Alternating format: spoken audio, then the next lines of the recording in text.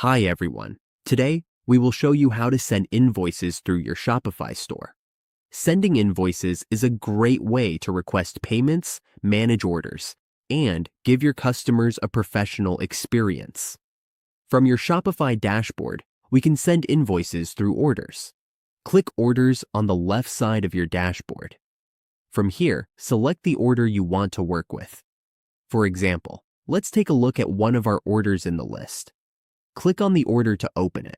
Once inside, we can send the invoice to the customer. Enter the customer's name or email, fill in the invoice details, and add a message if needed.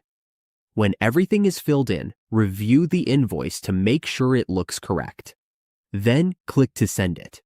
You will also see this option directly from the orders list, and that's how we send invoices through our Shopify store.